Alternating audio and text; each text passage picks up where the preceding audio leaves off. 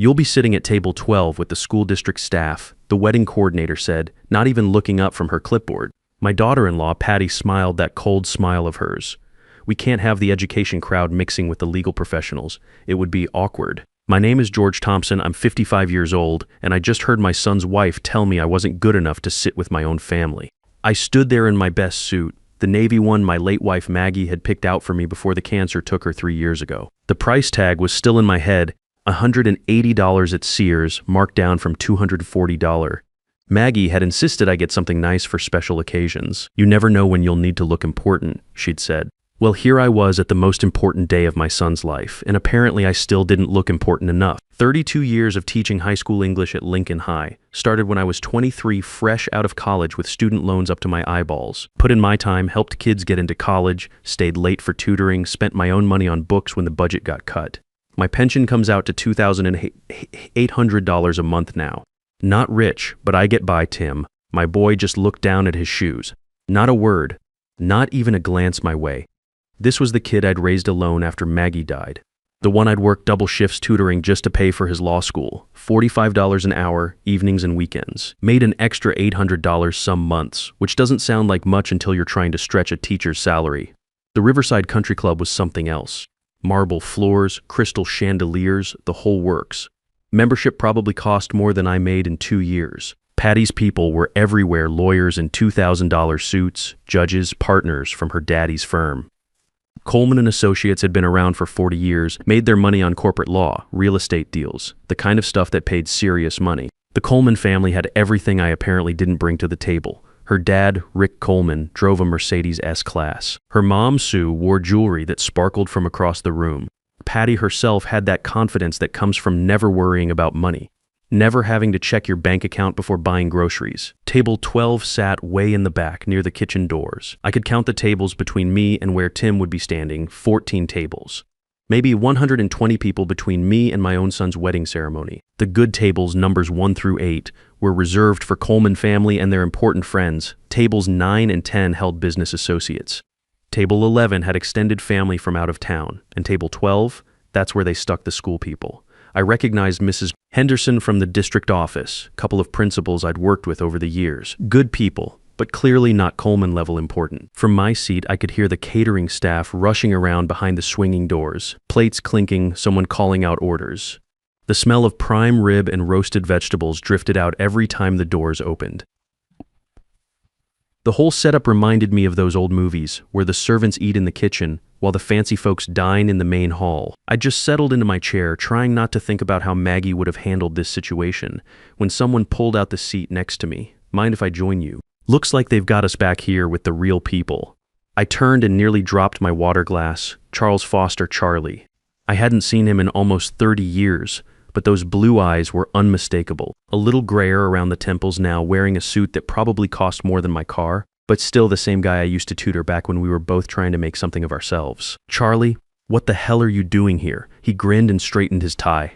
Silk, probably Italian, the kind of thing I'd seen in magazines but never owned. Funny story about that, Coleman and Associates handle some legal work for my company. When I saw your son's name on the invitation list, he leaned closer. "They have no idea who I am, do they?" Before I could answer, I caught sight of Patty across the room. She was pointing in our direction, saying something to her mother with that pinched look on her face, the one that usually meant someone wasn't living up to her standards. Mrs. Coleman followed her gaze, squinting at our table like she was trying to solve a puzzle. Charlie wasn't just some guy from the old neighborhood anymore. Charles Foster was the Charles Foster, CEO of Foster Investment Group, the company that had been buying up half of downtown Chicago over the past 5 years. I'd read about him in the Tribune's business section, net worth somewhere north of $500 million, they said. The kind of money that bought respect whether you were born with it or not. "Let me guess," Charlie said, watching the Coleman women start moving toward us like sharks smelling blood in the water. "Your charming daughter-in-law thought putting the retired teacher at the staff table would keep you out of the family photos." Something like that. My voice came out rougher than I'd intended. The whole situation was getting to me more than I wanted to admit.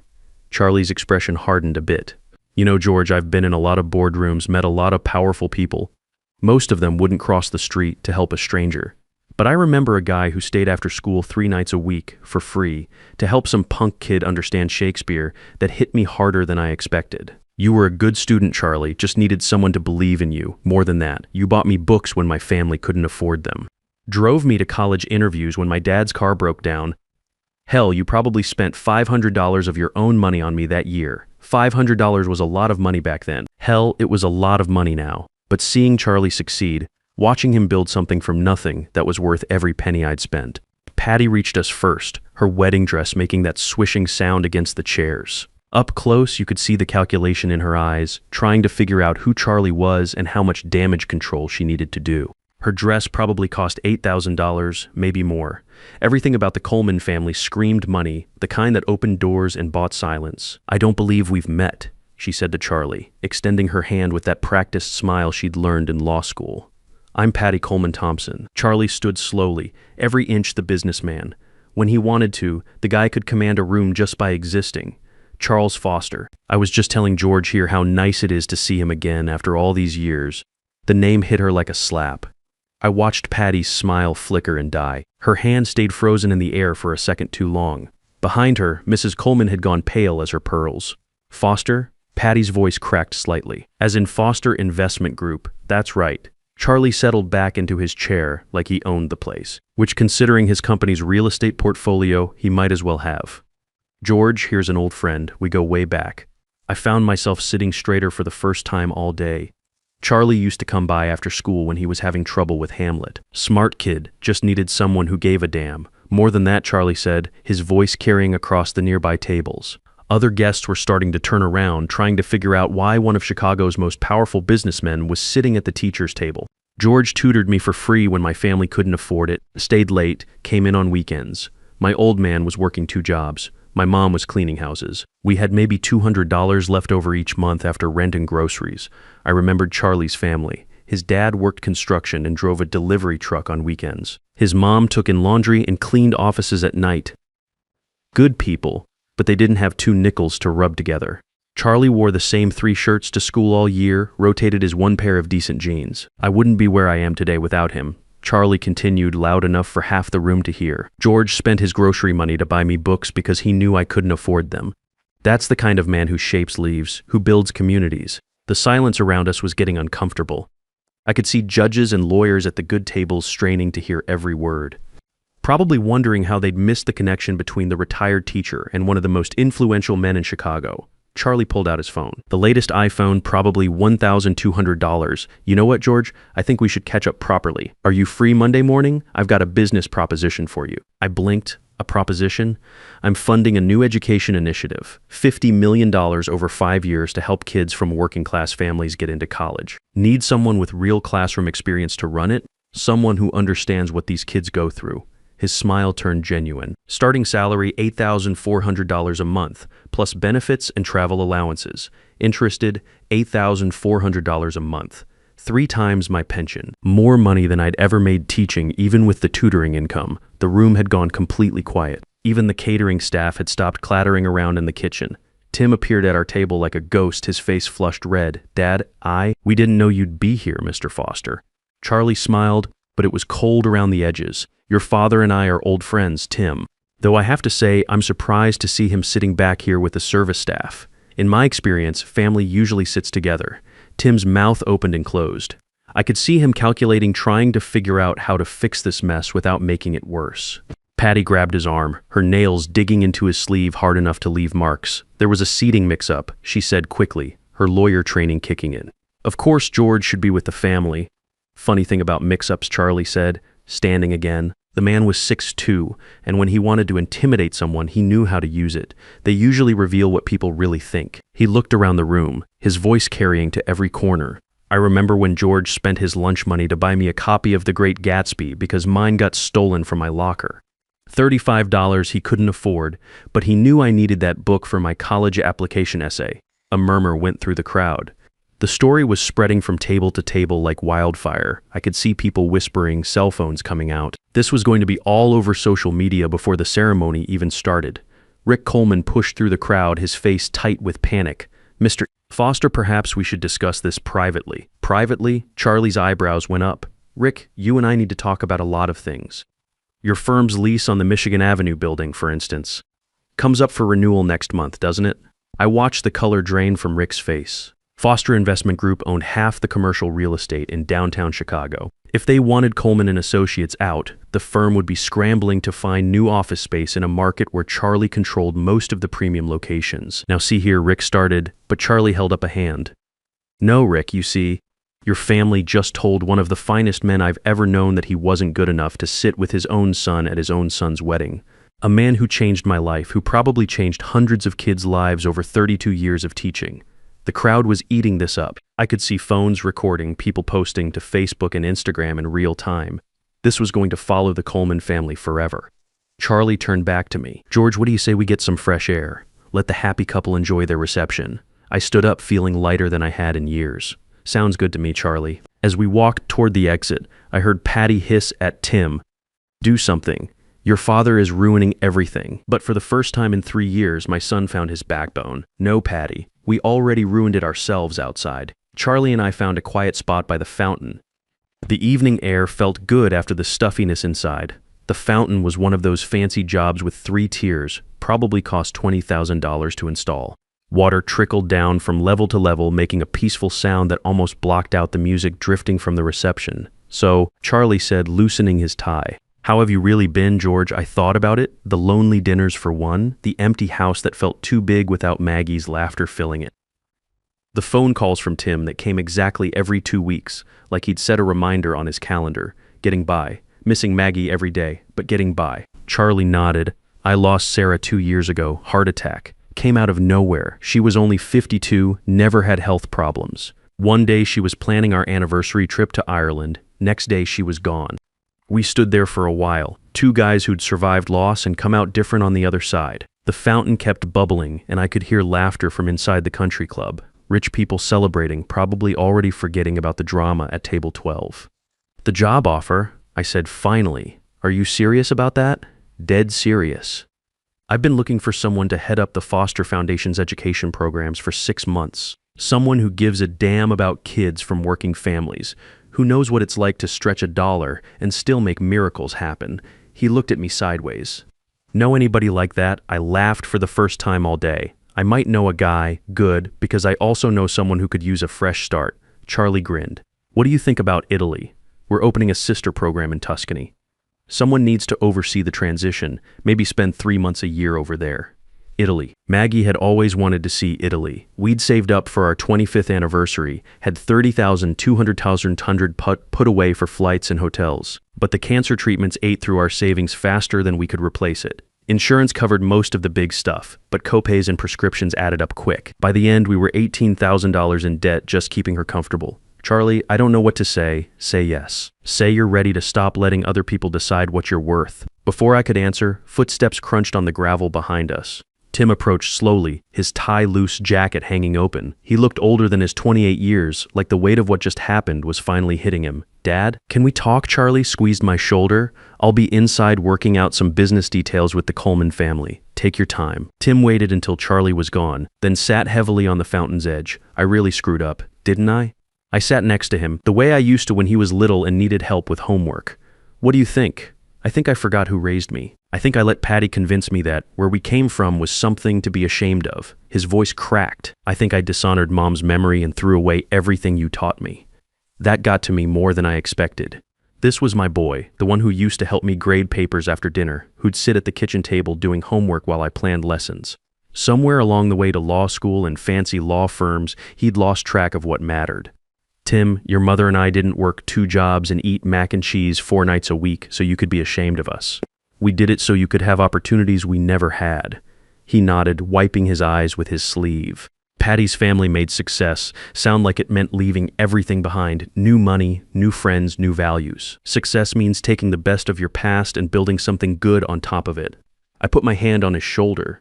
Your mother would want you to be happy, but not at the cost of your integrity.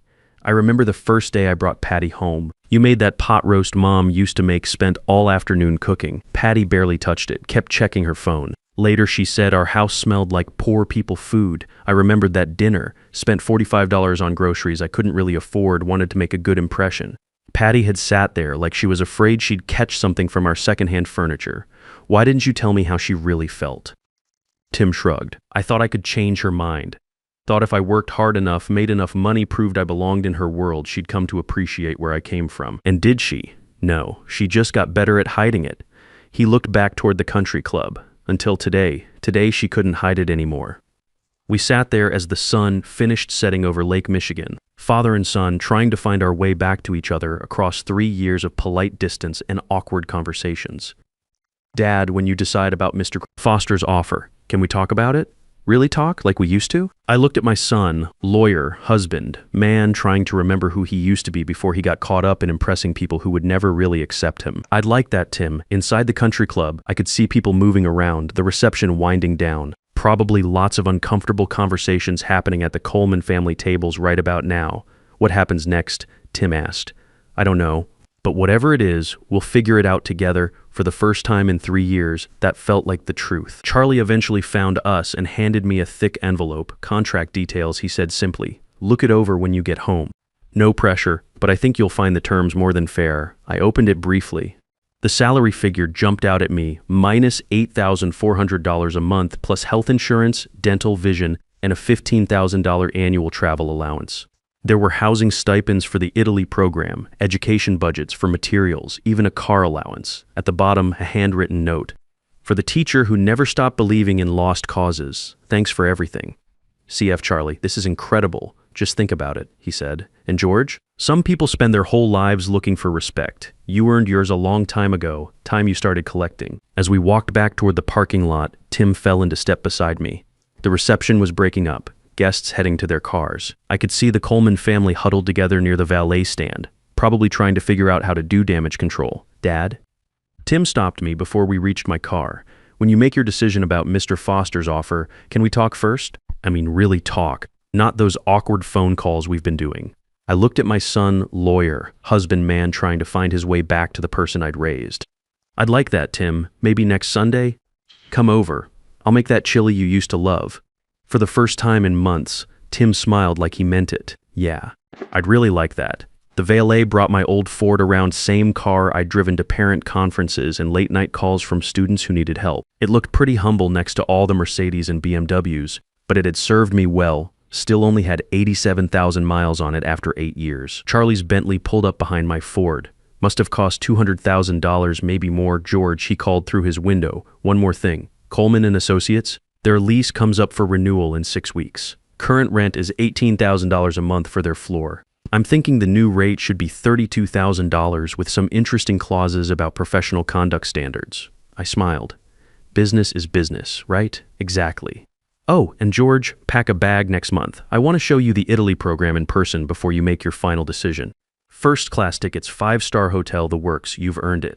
As I drove home through the Chicago streets, past the neighborhoods where I'd spent my career, I felt something I hadn't felt in 3 years. Hope, maybe. Or just the satisfaction of watching things work out the way they should. I turned on the radio, some jazz station Maggie used to like. The music filled the car as I thought about everything that had happened. This morning I'd been a lonely widower getting ready for his son's wedding. Tonight I was looking at a new career, maybe a new life. My house looked small when I pulled into the driveway.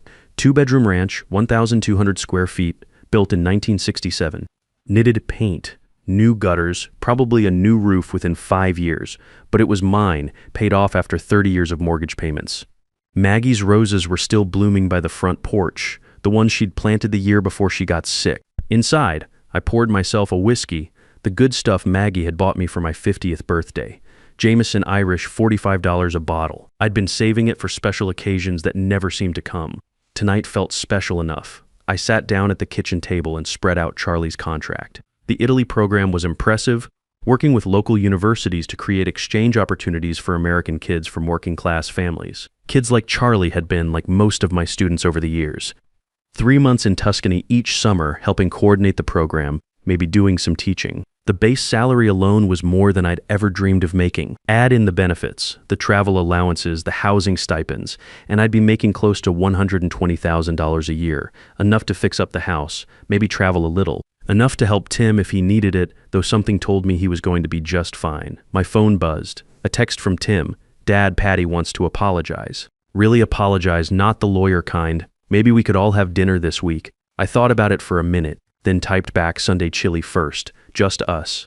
Then we'll see. Another buzz, this one from Charlie. Forgot to mention the Italy program includes a $25,000 signing bonus. You've been underpaid for 32 years. Time to catch up. I stared at the number. $25,000. More money than Maggie and I had ever had in savings at one time. Enough to finally take that trip to Ireland she'd always wanted, even if I'd be going alone. Or maybe I wouldn't be going alone. Charlie had mentioned he was widowed too, that he'd lost Sarah 2 years ago. Maybe two old friends could figure out this second chance thing together. The house felt quiet, but not lonely anymore.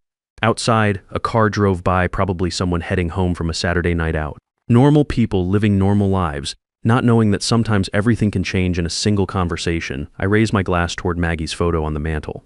Here's to new beginnings, sweetheart. I think you'd approve. Tomorrow would bring phone calls, decisions, maybe some difficult conversations with the Coleman family. But tonight was mine. Tonight I was George Thompson, respected educator, valued friend and father to a son who was finally remembering where he came from. It had been a good day after all. Sometimes the people who look down on you today are only one phone call away from needing your help tomorrow. Real respect isn't about money. It's about the lives you've touched along the way. You can't buy dignity, but you sure can lose it by treating others like they're beneath you. The strongest revenge is living well and watching karma do the rest.